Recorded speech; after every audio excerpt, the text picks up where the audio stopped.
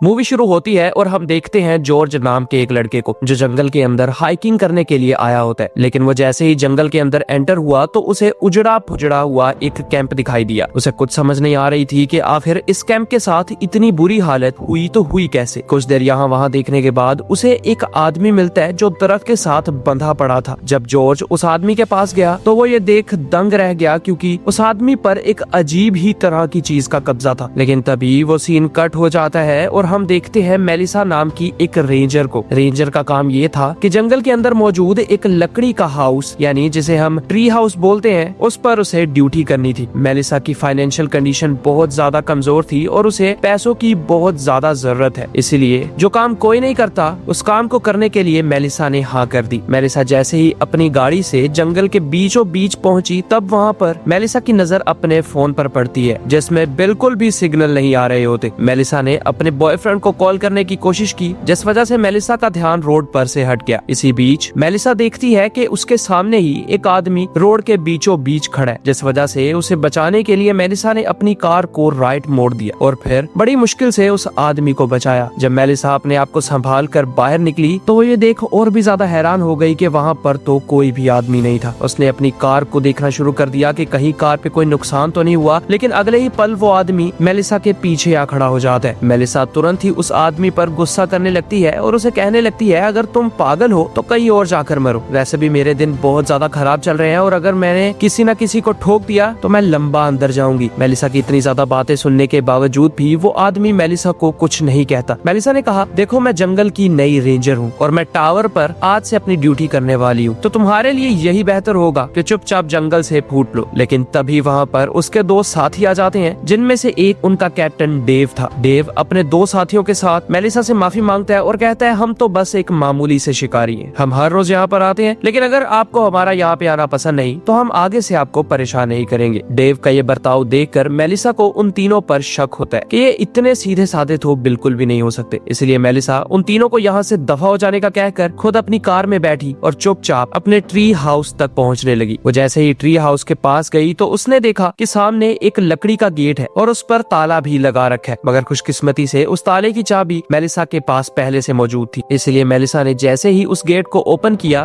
तो वो देखती है कि उन्हीं शिकारियों की कार उसी की तरफ आ रही है। मेलिसा ने डर के मारे तुरंत ही उस गेट को दोबारा बंद कर दिया और चुपचाप अपनी कार में आके बैठ गई और फिर वो शिकारी भी मेलिसा को हाथ लगाए बिना ही वहाँ से चले जाते हैं। लेकिन एक चीज नोटिस करने वाली थी कि मेलिसा के रेडियो में अब अजीब तरह से हलचल होने लगी और तो और मेलिसा का भी इस चीज पर ध्यान नहीं जाता। मेलिसा तुरंत ही अपने लाइट हाउस के नीचे आ जाती है। लाइट हाउस में पहले से ही एक और रेंजर मौजूद था जो पिछले 8 महीनों से बिना घर गए यहाँ पर ही ड्यूटी कर रहा था। बिली ने जैसे ही मेलिसा को देखा तो तुरंत ही अपने बैग को उठाता है और मेलिसा से कार की कीज को मांगने लगा। मेलिसा ने कहा यार थोड़ा सा रुक जाओ, मुझे इस चीज को यानी इन सब के बारे में इंट्रोडक्शन दे दो ताकि मैं आगे चल के काम को खराब न करूं। मगर बिली ने कहा ऐसा कुछ नहीं जो तुम संभाल नहीं पाओगी, बस तुम्हें सुबह 9 बजे और शाम को 5 बजे दिन में 2 बार रेडियो पर हमारे बॉस को इन्फॉर्मेशन देनी होगी कि जंगल में कहीं आग वगैरह या कोई अनहोनी तो नहीं हुई। इसके अलावा और कोई भी मजबूत या मुश्किल काम नहीं है। 3 महीनों का खाना पहले से ही लाइट हाउस में रख दिया गया है और अब से तुम्हारी ड्यूटी शुरू होती है। इतना कहते ही बिली तुरंत ही मेलिसा की कार को ले जाता है और फिर मेलिसा वहाँ पर एकदम अकेले रह गई। मेलिसा तुरंत ही ऊपर आई और उसने रेडियो, लाइट हाउस और सभी चीजों को देखना शुरू कर दिया। वो सुबह 9 बजे और शाम 5 बजे का अलार्म लगाती है कि अगर गलती से वो भूल गई तो अलार्म उसे याद दिला दे। वो कुछ ही मिनटों में अपनी सारी पैकिंग अनपैक कर लेती है और अब उसके पास करने को कुछ भी नहीं था। वो नीचे आई और उसने देखा कि एक छोटा सा जनरेटर वहाँ पर पहले से रखा गया है और फिर इसी तरह करते करते 9 भी बज गए। वो तुरंत से भागते भागते ऊपर रेडियो पर आती है जहाँ पर उसका बॉस उसे कहता है देखो मेलिसा, मुझे पता है कि ये तुम्हारा पहला दिन था, लेकिन मैं 1 मिनट की भी देरी नहीं महसूस करने वाला। मैं 1 मिनट की भी गफलत बर्दाश्त नहीं करूंगा, इसीलिए 9 बजे का मतलब 9 बजे। जिस पर मेलिसा तुरंत ही अपने बॉस को कहती है मैं आगे से कभी भी आपको शिकायत का मौका नहीं देने वाली। इसके बाद मेलिसा ने यहाँ वहाँ चेक किया और अपने बॉस को बताया कि सब कुछ कुशल मंगल है। लेकिन जब वो यहाँ वहाँ चेक कर रही थी कि तभी लाइट हाउस की विंडो पर काफी तेजी से एक मरा हुआ पंछी आके बजा, जिस वजह से मेलिसा बहुत ज्यादा डर गई। लेकिन फिलहाल उसने अपने बॉस को रिपोर्ट किया और फिर रेडियो को बंद कर दिया। अगले ही पल वो उस मरे हुए पंछी को दफना देती है और फिर इसी तरह करते करते शाम के 4 बज गए और वो सुबह 9 से शाम 4 बजे तक एक जगह पर चुपचाप बैठी रही। अगर करने को कुछ नहीं है तो यहाँ पर बैठना और टाइम गुजारना बहुत ज्यादा मुश्किल है। वो कभी कभी अपने बॉयफ्रेंड की पिक्चर्स देखती तो कभी कभी योगा करती। इसी तरह 5 बज गए और उसने अपनी दूसरी रिपोर्टिंग की और फिर वो दिन बीत जाता है। जैसे ही रात हुई तो मेलिसा ने अपने कान में एयरफोन्स लगाए और चुपचाप आराम से सो गई। लेकिन हमने देखा कि बाहर आसमान में से एक खास तरह की रोशनी नीचे आ गिरती है। उस रोशनी में क्या है इसके बारे में तो हमें अब आगे ही पता चलेगा। सुबह हुई तो हमने देखा मेलिसा अब अपने आप को वहाँ पर रहने के लिए ढाल रही थी। जैसे ही वो ब्रश करती करती बाहर आई तो उसने एक जगह शॉवर लेने का सोचा। वो अपने कपड़े उतार कर जैसे ही शॉवर लेने लगी कि तभी उसे महसूस हुआ कि काफी दूर उसे कोई ना कोई देख रहा है। इसलिए बेचारी मेलिसा बिना नहाए ही टॉवल ओढ़ कर ऊपर चली जाती है। और दोस्तों होता भी ऐसे ही है, उसे पेड़ों के पीछे से पता नहीं कोई इंसान देख रहा था। यहाँ फिर 9 बज जाते हैं और अब मेलिसा के रिपोर्टिंग का टाइम था। मेलिसा ने जैसे ही रिपोर्टिंग की तो वो तुरंत ही लाइट हाउस से नीचे उतर जाती है और यहाँ वहाँ टहलने लगी और साथ ही साथ जंगल का जायजा ले रही थी कि कहीं उसे कोई अनहोनी ना दिखाई दे दे। और जिस बात का डर होता है वही हुआ। काफी दूर चलने के बाद मेलिसा को एक जगह से आवाजें आना शुरू हो जाती हैं। मेलिसा जब उस आवाज का पीछा करते करते वहाँ पर पहुंची तो उसने देखा कि ये आवाज एक रिकॉर्डर से आ रही है और रिकॉर्डर किसी टेंट के पास गिरा हुआ है। वो टेंट पहले किसी का था लेकिन अभी वो टेंट बिल्कुल खाली होता है। लेकिन मेलिसा ने इस पर ज्यादा ध्यान नहीं दिया। मेलिसा जैसे ही पीछे मुड़ी तो अगले ही पल एक औरत मेलिसा को डरा देती है। वो औरत लगातार यही कह रही थी कि तुम्हें जो चाहिए वो मेरे पास नहीं है। मगर मेलिसा ने कहा, देखिए मैम, आपको डरने की कोई जरूरत नहीं है, प्लीज शांत हो जाइए। अगले ही पल मेलिसा ने जैसे ही उस औरत के पाँव की तरफ देखा तो मेलिसा ये देखकर बहुत दहशत में आ जाती है क्योंकि उस औरत के पाँव पूरी तरह जल रखे थे और फिर भी वो औरत अपने पैरों पर खड़ी होती है। मेलिसा ने तुरंत ही उस औरत से उसका नाम पूछा, जिस पर वो औरत कहती है, मेरा नाम है इरिना। मेलिसा ने कहा, इरिना, सबसे पहले शांत हो जाइए, मैं यहाँ की रेंजर हूँ और पास ही में मेरा लाइट हाउस है। हमें आहिस्ता आहिस्ता करके उस लाइट हाउस तक पहुँचना होगा, वहाँ जाते ही मैं आपकी मदद कर पाऊंगी। मेलिसा की अच्छी किस्मत के इरिना शांत हो गई और आहिस्ता आहिस्ता करके मेलिसा के साथ चलने लगती है। लेकिन हमने देखा कि कल रात जो ग्रीन कलर की रोशनी आई थी वो रोशनी उसी टेंट को चीरते हुए नीचे जमीन तक गई है और हो सकता है कि इस टेंट के अंदर इरिना ही हो। लेकिन मेलिसा इस बात पर ज्यादा ध्यान नहीं देती और आहिस्ता आहिस्ता करके इरिना को लाइट हाउस की सीढ़ियों तक ले आती है। मेलिसा ने इरिना को वहीं पर बैठाया और कहा, मैं अभी अपने बॉस को इन्फॉर्म करके आती हूँ। मेलिसा तुरंत ही ऊपर गई जो काफी हड़बड़ी में अपने बॉस को कहती है, यहाँ एक इमरजेंसी हो गई है। जिस पर पहले तो उसका बॉस उस पर बहुत ज्यादा गुस्सा करता है, लेकिन मेलिसा ने कहा, मुझे एक औरत मिली है जो काफी ज्यादा ट्रॉमा में है, उसके पाँव घुटनों तक जल चुके हैं, तो प्लीज आपको मेडिकल फर्स्ट एड लेके यहाँ तक आना होगा। फिर हम देखते हैं मेलिसा के बॉस को जो मेलिसा को कहता है, हमें 15 से 20 मिनट लग जाएंगे, इसलिए तुम्हें अकेले ही इरिना को संभाल कर इस पूरी सिचुएशन को कंट्रोल करना होगा। मेलिसा जैसे ही नीचे आई तो उसने देखा कि इरिना लगातार जंगल की तरफ घूरे जा रही है। इसलिए मेलिसा ने इरिना को कहा, देखिए आप इस तरह करके अपने आप को ट्रबल में डाल रही हो। और काफी मुश्किल से मेलिसा ने इरिना को फिर से शांत करवा कर सीढ़ियों पर बैठा दिया। कुछ देर इंतजार करने के बाद वहाँ पर मेलिसा का बॉस आ जाता है, जिसने इरिना की हालत तो देख ली लेकिन वो उल्टा मेलिसा पर बहुत ज्यादा गुस्सा हो गया। उसने मेलिसा को कहा, देखो मुझे पता है कि तुम रेंजर नहीं हो, तुम्हारा खून खोलता है और तुमसे किसी को भी मुश्किल में देखा नहीं जाता, लेकिन यकीन मानो अगर हम इस पूरे जंगल की मुश्किलों को सॉल्व करते रहे ना तो ये प्रॉब्लम्स कभी भी सॉल्व नहीं होगी। तो मैं तुम्हें एक सलाह देता हूँ, जितना कम हो सके उतना कम लाइट हाउस से बाहर निकलो और प्लीज अपनी मुश्किलों को खुद ही हैंडल किया करो। यहाँ पे लोग हाइकिंग करने के लिए आते हैं, कैंपिंग करने के लिए आते हैं, तो हमें उनकी नर्स नहीं बनना, हमें बस अपने काम से मतलब है और तुम्हें भी अपने ही काम से काम होना चाहिए। और हाँ, अगली मर्तबा तुमने कोई भी गलती की ना तो मैं 1 मिनट नहीं लगाऊंगा तुम्हें नौकरी से निकालने के लिए। इतना कहते ही मेलिसा का बॉस वहाँ से दफा हो जाता है। यहाँ हम बेचारी मेलिसा को देख पाते हैं जो काफी ज्यादा दुखी होकर अपने टेबल पर बैठी थी। वो बार बार अपने बॉयफ्रेंड की फोटो देखकर बहुत ज्यादा दुखी हो रही थी, लेकिन तभी उसे ख्याल आया कि उसे योगा भी करना है। योगा करने की वजह से उसका माइंड जरा सा सेटल हो जाता है और फिर इसी तरह करते करते उसने 2 दिन बिता लिए। वो अपने टाइम पर अपने बॉस को रिपोर्ट करती और बाकी के बचे टाइम में कोशिश करती कि वो लाइट हाउस के करीब ही रहे, लेकिन फिर भी मेलिसा कितनी ही बोर होकर जिंदगी गुजार सकती थी। इसी तरह करते करते एक रात हमने देखा मेलिसा को सोते हुए, जहाँ पर अचानक से मेलिसा का रेडियो ऑन हो जाता है। मेलिसा जैसे ही उस रेडियो के पास आई तो उसने सुना कि रेडियो पर आहिस्ता आहिस्ता किसी इंसान के रोने की आवाज आ रही है। पहले तो मेलिसा को शक हुआ कि शायद यहाँ पर रहने की वजह से मेलिसा के दिमाग में हेलुसिनेशंस हो रहे हैं, लेकिन जैसे ही मेलिसा ने गौर से सुना तब उसे जाके समझ में आई कि ये आवाजें बिल्कुल रियल है। मेलिसा ने जैसे ही अपनी तरफ से जवाब देने की कोशिश की कि तभी वो रेडियो बंद हो जाता है। और तो और मेलिसा को कुछ समझ नहीं आ रही थी कि यहाँ पर तो इलेक्ट्रिसिटी ना होने की वजह से रात को बिना जनरेटर के रेडियो ऑन नहीं हो सकता। लेकिन इन सब बातों को भूलकर जैसे ही मेलिसा अपने बेड पर जाती है कि तभी पीछे से वो रेडियो दोबारा से ऑन हो गया और इस मर्तबा मेलिसा ने काफी ऊंची आवाजों को सुना, जिनमें से कुछ आवाजें कह रही थी कि तुमने यहाँ पर आके बहुत बड़ी गलती कर दी है, जिस वजह से बेचारी मेलिसा रात को सो नहीं पाई। और फिर जैसे ही सुबह हुई तो मेलिसा ने रात को जो कुछ भी हुआ उसे भूलने का फैसला किया और अब से वो एक नई शुरुआत करेगी और अपने बॉस के लाख मना करने के बावजूद भी अपने माइंड को फ्रेश करने के लिए जंगल के अंदर अपने दिमाग को शांत करने के लिए यहाँ वहाँ घूमेगी। तभी मेलिसा ने अपना बैग पैक किया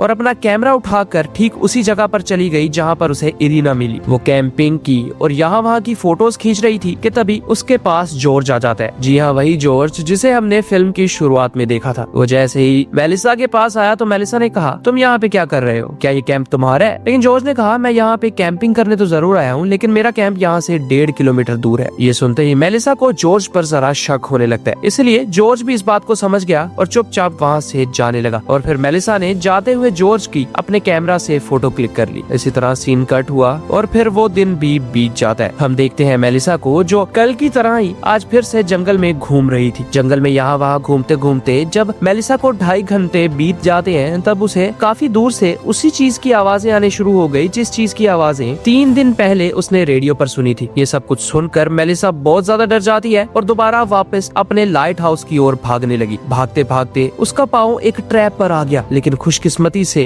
वो ट्रैप नुकीला नहीं था, लेकिन फिर भी उसने मेलिसा के पाँव को काफी जोर से जकड़ रखा था। मेलिसा दर्द के मारे चिल्लाती है, लेकिन वहाँ पे कोई नहीं होता जो उसकी मदद कर पाए। मगर खुशकिस्मती से 1 घंटा बीत जाने के बाद वहाँ पर जॉर्ज आता है। जॉर्ज ने उसकी मदद की और उसको ट्रैप से फ्री कर दिया। जॉर्ज ने कहा, मैं तुम्हें वापस लाइट हाउस छोड़ देता हूँ। लेकिन दोस्तों, मेलिसा का शक यकीन में बदल गया जब उसने जॉर्ज के मुंह से लाइट हाउस का नाम सुना। मेलिसा ने कहा, मैंने तो कल तुमसे लाइट हाउस के बारे में जिक्र तक नहीं किया था। मगर जॉर्ज कहता, नहीं तुम्हें याद नहीं होगा, लेकिन तुम्ही ने मुझे बताया था कि मैं लाइट हाउस में रहती हूँ। जॉर्ज की हरकतें और ये बातें सुनकर मेलिसा आहिस्ता आहिस्ता जॉर्ज से पीछे हटना शुरू कर देती है, क्योंकि मेलिसा को पता था कि जॉर्ज के इरादे ठीक नहीं है। और फिर जॉर्ज भी जरा सा गुस्से में आ गया और मेलिसा को कहता है, प्लीज मुझे मदद करने दो और मुझे अपने लाइट हाउस ले चलो। जिस वजह से मेलिसा ने तुरंत ही अपनी एक पेपर स्प्रे निकाली और उसको जॉर्ज की आंखों में दे मारा। मगर अब हैरानी की बात थी कि जॉर्ज को उस स्प्रे से कुछ भी नहीं होता, मानो जैसे जॉर्ज के सामने वो पानी हो। और फिर जॉर्ज ने तुरंत ही मेलिसा के पास आकर उसको पकड़ने की कोशिश की, लेकिन अगले ही पल वहाँ पर डेव आ गया, जिसने जॉर्ज को कहा, मैं तेरा भेजा बाहर निकाल दूंगा अगर तूने अब किसी को भी नुकसान पहुँचाया तो। इसलिए जॉर्ज अपने दोनों हाथ ऊपर करके पीछे हो जाता है। डेव ने अपने दूसरे साथी को बोला कि जॉर्ज पर नजर रखो और अगर ये ज्यादा कोई चालाकी करे ना तो इसे तीरों से छलनी कर देना। और फिर डेव मेलिसा को पकड़कर अपनी कार की तरफ जाने लगा। यहाँ हमने देखा जॉर्ज को जिसने डेव के पार्टनर को एक ही झटके में उठाया